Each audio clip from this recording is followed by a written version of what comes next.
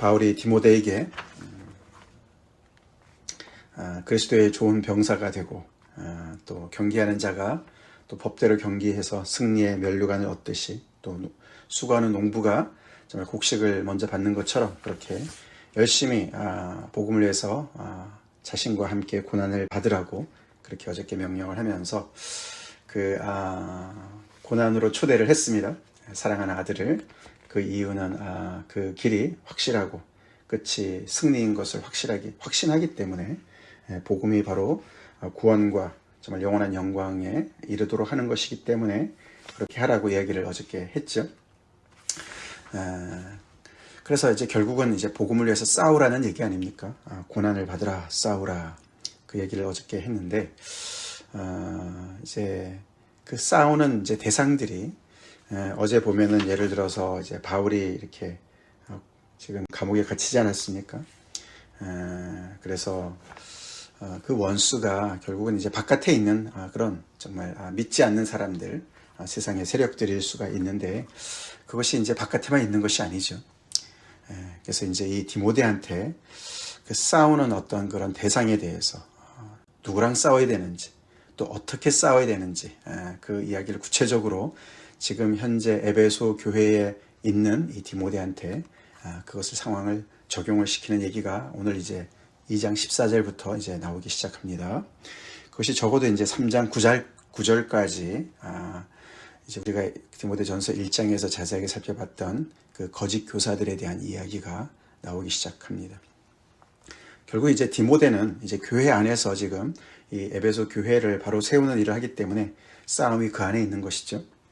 그래서 고난을 받는 것이 구체적으로 복음을 해서 고난을 받는 것이 바로 이제 그 교회 안에서의 사정과 직결되는 거기 때문에 그 내용이 이제 구체화되는 것입니다. 비록 이제 디모데를 빨리 자신한테 부르기를 속히 오라고 얘기를 하는 것도 있지만 그러나 또 거기에서 또 오기 전까지 무엇을 어떻게 해야 되는지 이야기를 해주고 있습니다. 고난을 위해서 복음을 해서 정말 싸우는 그 고난을 잘 감당해라. 근데 그 싸움의 대상이 누군가 또 어떻게 싸워야 될 것인가 굉장히 중요하죠. 중요합니다. 바울은 디모데한테 두 가지를 얘기합니다. 첫 번째는 우리 오늘 15절에 너는 진리의 말씀을 옳게 분별해야 된다. 하나님의 말씀을 옳게 분별하는 능력을 갖춰야 된다. 그렇게 얘기를 먼저 합니다. 그게 중요하죠.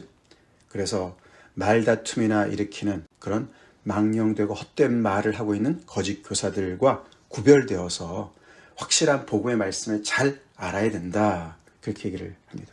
그래야 싸우겠죠. 분별하는 능력이 없이 어떻게 싸울 수가 있겠습니까? 그래서 그것은 진리의 말씀을 너가 잘 알아야 된다. 여기 옳게 분별한다. 이 뜻은 똑바로 자른다. 그런 뜻이랍니다. 원래 뜻이.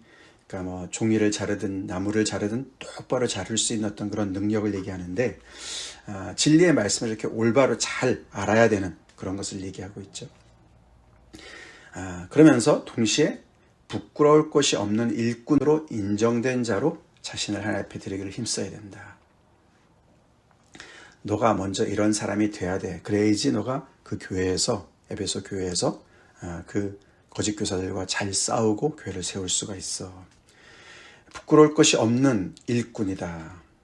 이것은 바울이 계속해서 내가 복음을 이렇게 지금 사슬에 메었지만 부끄럽지 않다. 나를 부끄러워하지 말아라. 이런 말도 한 것을 우리가 기억하는데 그런 것과 복음과 관련된 것으로 볼 수가 있고 또 그의 어떤 삶이 정말 이렇게 언행 심사와 그의 모든 것들이 부끄러울 것이 없는 그래서 정말 하나님 앞에 인정된 자, 사람들 앞에가 아니라 하나님 앞에 인정된 자로 자신을 늘 이렇게 경건의 훈련으로 자신을 드리는 것에 힘쓰는 그런 사람으로 너가 서야지 거기서 잘 싸울 수가 있다.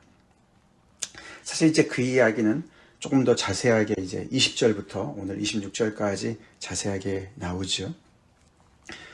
이 하나님의 집에서 쓰이는 그릇은 재료가 대단해서 금이나 은으로 만든 것이라서 그 재료가 귀해서라기보다도 깨끗한 그릇이 청결한 그릇이 쓰임을 받는다. 연결되죠. 그래서 부끄러울 것이 없는 일꾼으로 너 자신을 하나님 앞에 인정된 자로 드리는, 청결하게 하는 그런 자가 되라. 그러면서 22절부터 구체적으로 나오죠. 청년의 정욕을 피하고, 이 디모데가 어떤 사람이 되어서, 어떤 인격을 갖춘 사람이 되어서 어떤 태도로 이 모든 진리의 말씀을 세워나가는지를 뒤에 자세하게 설명을 합니다. 청년의 정욕을 피하라는 말은 꼭 어떤 그런 욕정을 얘기하는 것은 아닙니다. 그것도 포함을 하겠지만 이것은 청년이 가지고 있는 어떤 그런 전반적인 것들을 얘기하는 것이죠. 청년들은 아무래도 젊으니까 젊은 혈기가 있고 패기가 있는데 패기를 넘어서 그것이 객기가 될 수도 있지 않습니까? 그러고 이제 그런 어떤 자기만 옳다는 어떤 그런 강력한 주장도 할 수 있고, 세상에 대한 어떤 그런 자기의 확신이 전부라고 생각하는 어떤 그런 부분들이 많이 있지 않습니까? 그 전부를 포함하는 것으로 해석을 해야 됩니다. 그래서 너가 청년이지만, 아직 나이가 젊지만은 너는 그런 청년의 그런 그 패기에다가 복음을 잘 너가 포함해서 너가 그것들을 피하라고. 그러면서 깨끗한 마음으로 주를 따르는 사람들과 함께 의와 믿음과 사랑과 화평을 따르라. 그렇게 해서 너가 부끄러울 것이 없는 일꾼으로 인정된 자로 서라. 그래서 너가 그들과 싸울 수가 있게 된다. 얘기한다고 우리가 해석을 하게 됩니다. 특별히 여기서 의와 믿음과 사랑은 디모데 전서에서 나왔었습니다. 그렇죠? 근데 화평이란 단어가 여기 나오고 그 뒤에 내용과 계속 연결이 되어지는 단어가 화평입니다. 그래서 그 무엇보다도 이렇게 분란이 있는 교회에서 이 교회의 그 복음을 맡은 자로서 너는 화평을 따라야 된다. 복음은 화평케 하는 것이니까. 그렇죠? 그래서 어리석고 무식한 변론을 버리고, 어리석고 무식한 변론이 위에 말다툼을 일으키는 것과 또 망령되고 헛된 말을 퍼뜨리는 그런 거짓 교사와 또 구별되는 얘기 아니겠습니까? 그래서 그들이 하고 있는 어리석고 무식한 변론에 같이 휘말리지 말고 그런 것들을 버리고 화평을 따르라. 왜냐하면 거기서 다툼이 나기 때문에. 그러면서 주의 종은 이렇게 디모데를 주의 종이라고 하죠. 하나님의 이 직분을 맡아서 감당하는 종은 마땅히 다투지 않아야 된다. 가서 그냥 교회를 세우라 그랬더니, 복음을 정말 거기서 위에서 싸우라 그랬더니 진짜 싸우면 어떻게 합니까? 그렇죠? 그런 싸움, 진짜 물리적인 싸움이 아니라, 말싸움이 아니라 그들과 다투지 말고 모든 사람에 대해서 온유하며 가르치기를 잘하며 참으며. 그래서 온유함이 나오죠. 가르치고 바로 잡긴 하는데 온유함으로 하라는 것이죠. 그렇죠? 그래서 진리의 말씀을 옳게 분별해서 딱딱 맞게 그 상황에 맞춰서 잘 재단해서 그 말씀을 잘 전하라는 얘기겠죠. 그리고 거역하는 자들이 있을 텐데 그 자들을 온유함으로 훈계해라. 거역하는 자들을 그냥 무력으로라든가 정말 이렇게 망신을 준다든가 그런 것이 아니라 온유함으로 훈계를 해라. 가르쳐라. 혹시라도 그들이 회개함을 하나님께로부터 얻어서 진리를 아는 데 이를 수 있을 수 있으니까 그렇게 거역하는 자들에게조차도 그렇게 온유함으로 훈계를 해라. 그것이 주의 종이 마땅히 해야 될 일이다. 그렇게 에베소 교회에서 잘 싸워라 라고 얘기를 하는 것입니다. 그렇게 함으로 인해서 그들이 진리를 알게 되면 어떻게 될까? 그들로 깨어서, 정신이 들어서, 그런 뜻이죠. 이렇게 진리를 알게 되면 정신이 들게 되어서 마귀의 올무에서 벗어나게 될지 어떻게 알겠느냐. 그러니까 온유함으로 잘 훈계해라. 마귀의 올무에서 벗어나 하나님께 사로잡힌 바 되어 그 뜻을 따르게 하실까 함이라. 그런 일이 있을 수 있으니까 거역하는 자들조차도 잘 훈계해서, 온유함으로 훈계해서 또 회개함에 이르도록 해라. 근데 그 26절이 그렇게 해석을 하기도 하지만 다르게 해석하는 것이 좀 더 원문에 가깝다라고 얘기합니다. 여기에서 마귀의 올무라는 단어랑 사로잡혔다는 것과 그 뜻, 이게 다 마귀랑 연결되는 것으로 해석을 해야 된다는 거예요.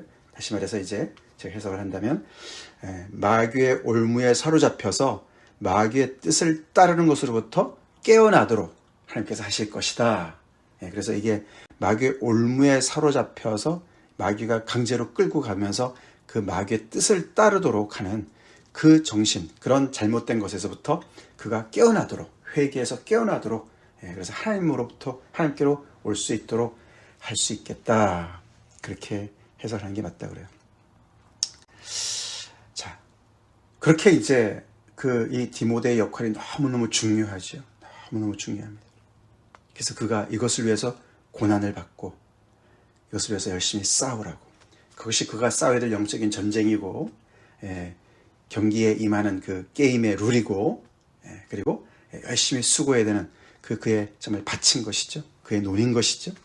이런 정말 그 진리의 말씀을 툴로 삼아서, 그리고 자기 자신을 이렇게 정말 그 거짓 교사들과 너무나 대조가 되는 그런 구별된 거룩한 그런 정말 화평과 온유로 잘 무장을 해서 자기 인격이 정말 주님을 닮은 그런 모습으로 이렇게 거짓 교사와 잘 싸우라고 얘기를 하고 있습니다. 반면에 이 교회를 지금 망치고 있는 거짓 교사들은 어떤 인물들인가 또 설명을 합니다. 그래서 14절에 그렇게 시작하는 것이죠. 너는 그들로 이 일을 기억하게 하여, 그들이라는 것은 교회 전체 성도들을 얘기하는 것이죠. 성도들한테 이것을 잘 기억시켜라. 말다툼을 하지 말라고.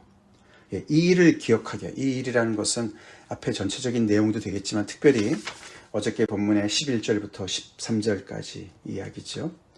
미쁘다 이 말이여, 우리가 주와 함께 죽었으면 또한 함께 살 것이요, 참으면 또한 함께 왕노릇할 것이요, 우리가 주를 부인하면 주도 우리를 부인하실 것이라. 거기에 경고성이 내용이 있었습니다. 그렇죠? 그래서 하나님 앞에서 엄히 명해라. 말다툼하지 말라고 엄히 명해라. 왜냐하면 그것들은 유익이 하나도 없기 때문에, 오히려 그것을 듣는 자들을 망하게 하기 때문에.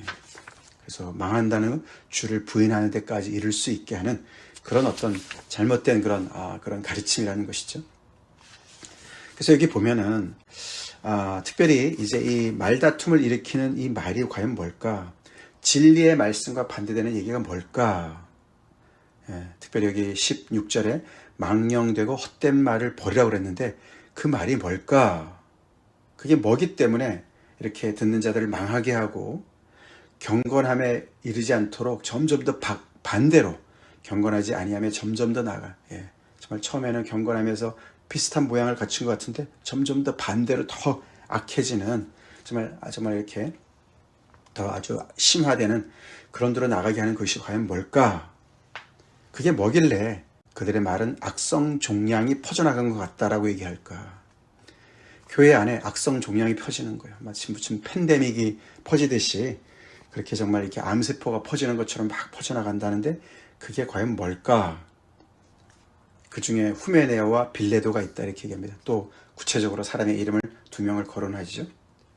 그 사람들이 전하는 그 말, 악성 종양과 같고 망령되고 헛된 말, 말다툼을 일으키는 그 말, 그게 뭔가?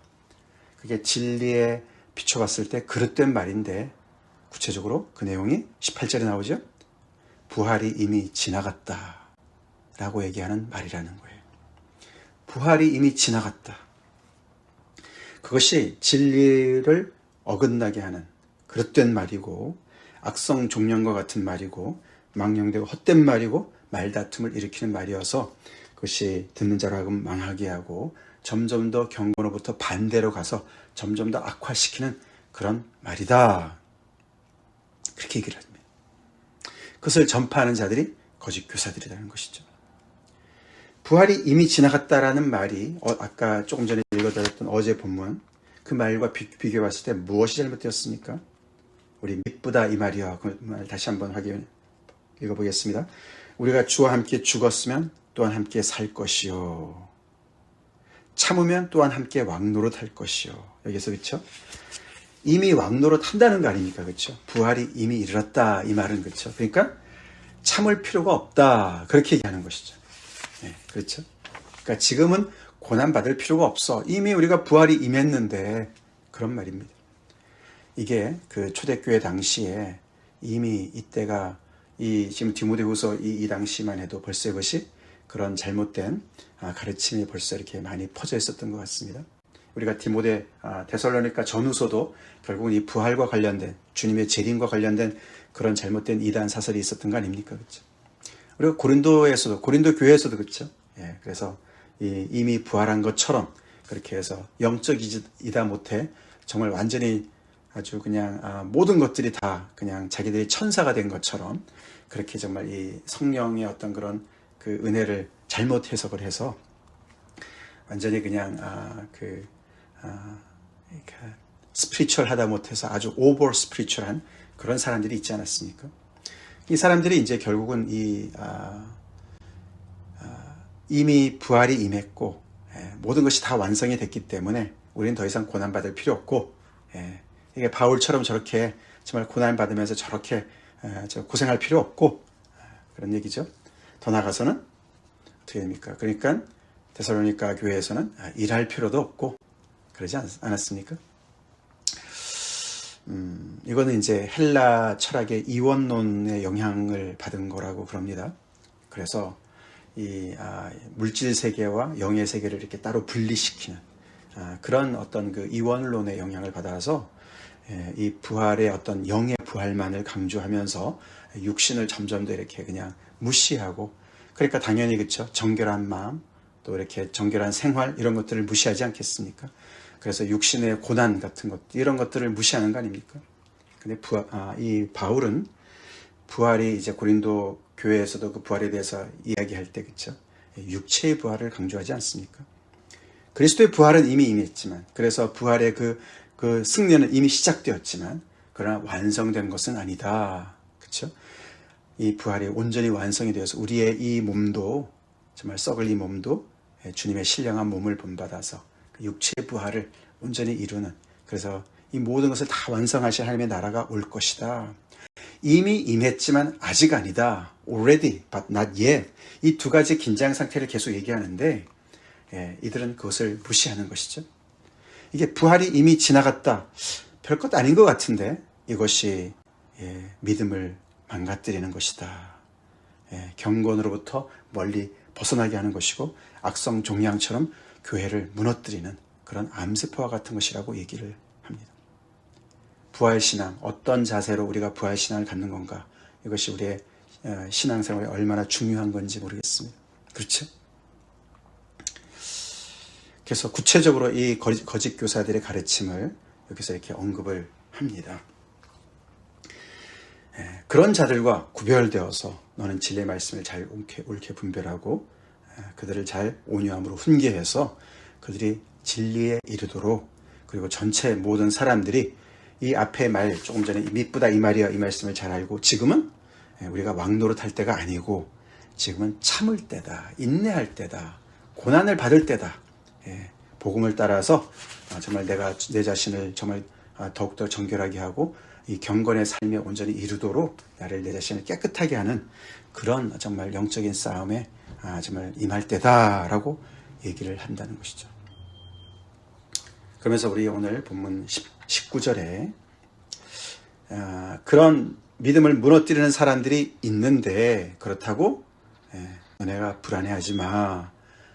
교회를 안심시키기 위해서 19절을 얘기합니다. 그러나 이런 자들이 있지만 그러나 하나님의 견고한 터는 섰으니 인침이 있어 일렀으되 주께서 자기 백성을 아신다 하며 또 주의 이름을 부르는 자마다 불의에서 떠날지어다 하였느니라.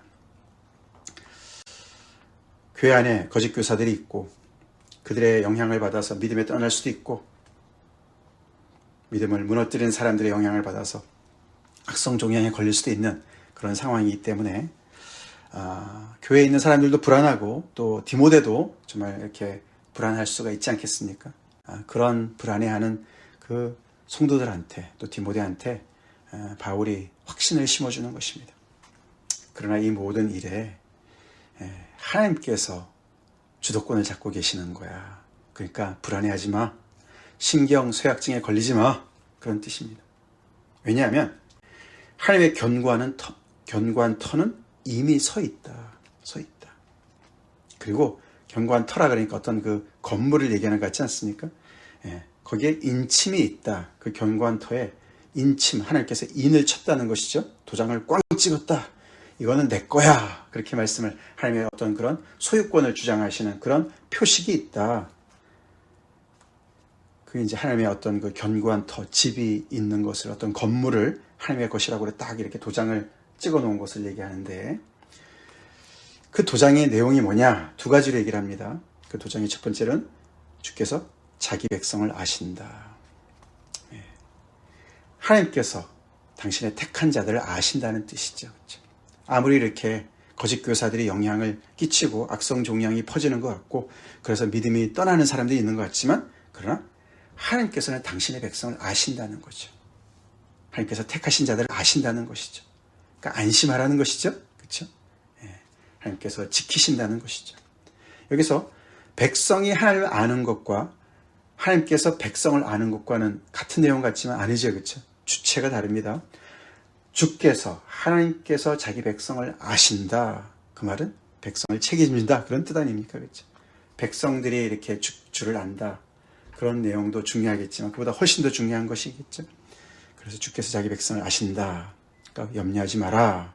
또 그것과 연결되어서 또 주의 이름을 부르는 자마다 불의에서 떠날지어다. 그게 두 번째 인침이죠. 주께서 아시는 주의 백성들은, 곧 주의 이름을 부르는 자들은 그 하나님의 은혜를 입은 자들로서, 택함을 받은 그 은혜를 아는 자들로서 불의에서 떠나는 그런 정말 거룩한 백성의 삶을 살 것이다. 그렇게 얘기를 하는 것이죠. 그러니까 이 하나님의 집은 하나님께서 아시고, 하나님께서도 그런 백성들을 그렇게 만들어 가시고 변화시켜 가시는 성령의 능력으로, 하나님의 은혜로 그렇게 하나님의 그 집을 하나님께서 단돌이 하시기 때문에, 이런 거짓 교사가 있다 할지라도, 그들과 싸운다 할지라도 불안해하고 집은 어떻게 하지? 완전히 다 망하면 어떻게 하지? 할 필요가 없다는 것을 얘기하고 있습니다. 사실 그러면서 그 견고한 터 얘기를 하면서, 그 집 얘기를 하면서 밑에 큰 집에는, 그 얘기가 사실 연결되어집니다. 20절에. 이 큰 집에는 그 당시에 이제 어떤 그런 부잣집을 얘기하는 것이죠. 큰 집에는 금그릇, 은그릇, 나무그릇, 질그릇, 여러 종류의 그릇들이 있는데, 금그릇, 은그릇은 이제 귀한 사람이 왔을 때 쓰는 것이고, 나무그릇이나 질그릇은 그냥 보통 때 쓰는 거 아니겠습니까? 그래서 보통 때 그냥 천하게 쓰는 그릇도 있는데, 그건 일반적인 얘기고, 근데 하나님의 집은 어떠냐? 하나님의 집도 그럴 것 같으냐? 거기에 반전이 있습니다. 21절에. 금그릇, 은그릇이 되라. 이렇게 얘기하지 않아요. 그렇죠? 그러면 너가 귀하게 쓰임 받을 거야. 그렇게 얘기하지 않습니다. 누구든지 이런 것에서 자기를 깨끗하게 하면, 불의에서 떠나면, 악성 종양과 같은 이런 잘못된 이 진리가 아닌 것에 그냥 거기에 매워서 그냥 말다툼이 나고 이런 것으로부터 떠나면, 그런 뜻이죠. 자기를 그것이 깨끗하게 하면, 자기를 깨끗하게 하면 귀히 쓰는 그릇이 될 것이다. 금그릇, 은그릇이 중요한 것이 아니다. 깨끗한 그릇이냐? 그것이 중요한 것이다. 그렇게 깨끗하게, 자기를 깨끗하게 한다면 귀히 쓰는 그릇이 되어서 거룩하고 주인의 쓰임에 합당해서 모든 선한 일에 준비함이 될 것이다. 디모데, 너가 그렇게 서야 되고, 그렇게 사람들을 세워야 되고, 너도 그렇게 쓰임받아야 돼. 라고 얘기를 하고 있습니다. 이것이 디모데가 싸워야 될 영적인 싸움인 것이고, 그가 싸워야 될 대상들이라는 것이죠. 우리도 오늘 말씀을 잘 듣고 이 복음 안에서 우리 자신을 깨끗하게 하고, 우리 또한 진리의 말씀을 옳게 분별해서 우리 자신을 정말 하나님 앞에 온전히 부끄러움이 없는 일꾼으로 인정된 자로 주님 앞에 섭시다. 그렇게 우리 자신을 드립시다. 다 같이 기도하시겠습니다. 하나님 감사합니다. 바울이 디모데에게 현재 처해 있는 에베소 교회 안에서 어떻게 영적인 싸움을 싸워야 되는지 자세하게 또 전하는 말씀 우리가 오늘 묵상합니다. 저희 또한 아버지 안팎으로 있는 영적인 싸움에서 늘 깨어서 하나님 진리의 말씀을 옳게 분별할 수 있는 능력을 갖추고, 더 나아가서는 부끄러울 것이 없는 정말 하나님께 인정받은 자로 우리 자신이 늘 자신을 깨끗하게 하며 여러 가지 잘못된 것에 우리가 정말 아버지 우리 자신을 지키며 주님 특별히 무엇보다도 온유함과 화평으로 아버지 하나님 우리가 정말 진리의 말씀을 또 잘 또 전하고 세우는 우리 각자를 또 도와서 세우는 그런 교회가 되게 하여 주시옵소서. 하나님 우리가 행여나 정말 아버지 정말 참 청년의 정욕과 같은 우리의 객기나 혈기에 우리가 정말 치우쳐서 하나님의 뜻을 거스르는 일 없게 도와주시옵시고 우리 교회 안에 더욱더 정말 아버지 참 하나님의 그 은혜가 충만하고 성령의 은혜가 충만하고 아버지 정말 참 주님 앞에 더욱더 깨어서 정말 주님의 말씀 안에 더욱더 좀 우리가 새롭게 더 서가는 은혜가 있길 더욱더 기도합니다. 주님 한 사람 한 사람 인도해 주시옵소서. 예수님 이름 받들어 간절히 기도 올리옵나이다. 아멘.